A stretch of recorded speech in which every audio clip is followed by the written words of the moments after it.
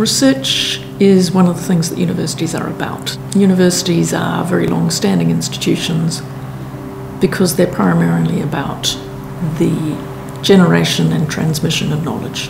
That's all universities do in the end. Right from the beginning of the university, it has been extremely interested in research. The first 5 professors that came to the university were all research oriented. They had all carried out research in the UK where they came from. So they were research active, they published, and they started to do research when they came to Auckland.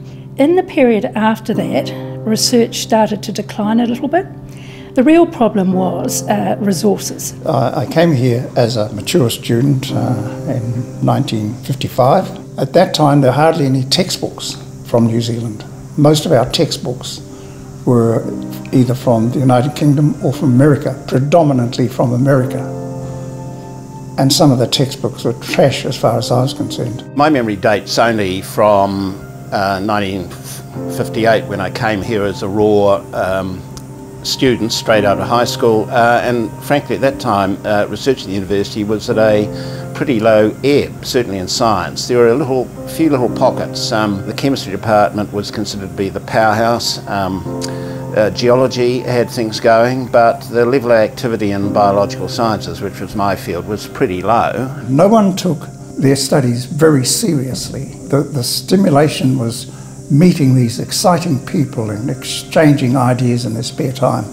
Student life was pervaded by a certain anti-intellectualism too. You sank or swim on your own efforts as a student and also as a staff member. There were some staff who engaged in research, there were others who didn't, they just taught. And those ones, of course, didn't get far up the promotion stakes. There have been some interesting stories around some of the individuals. One of the best researchers that New Zealand has ever had was J.C. Beaglehole, John Corder Beaglehole. He had come to Auckland in the 1930s, and Auckland terminated his appointment or didn't renew him because Beaglehole was quite radical in the context of the 1930s depression. There was always a suspicion in the university that Beaglehole's appointment was not renewed because of his political opinions. Now there is a plethora of publishing. We've arrived as a nation academically. One of the most interesting things about a large comprehensive university like this one is that we have a huge range of research activities going on across all of our disciplines. It's a tremendously exciting place to be when you talk to people about their research in all parts of the university. What is research to a dancer? What is research to a lawyer? What is research to a scientist or a biologist or an engineer? People need to realise that research is not just something that university academics do for fun because they're too lazy to do anything else. Researchers and the expansion of knowledge is absolutely fundamental to a number of things. First of all, innovation is what drives the modern economy. So you have to have people exploring the boundaries. The second thing is the aspect of how you teach students. I mean, teaching in university should be research-led. And then third, there's the element of, for want of a better word, intellectual curiosity. Most of the advances of mankind are generated by people who exhibit intellectual curiosity. I mean, as is the case in the arts, science is the same.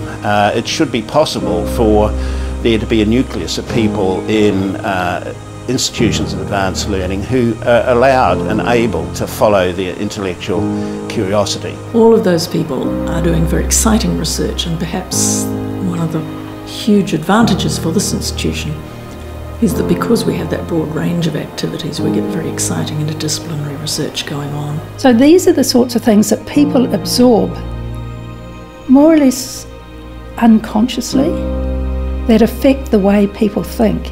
They don't realise that actually some of the basis of this has been a research project somewhere in the past, and it will be in the future too, as people think about new issues, new things that they want to research, which will shape thinking into the future.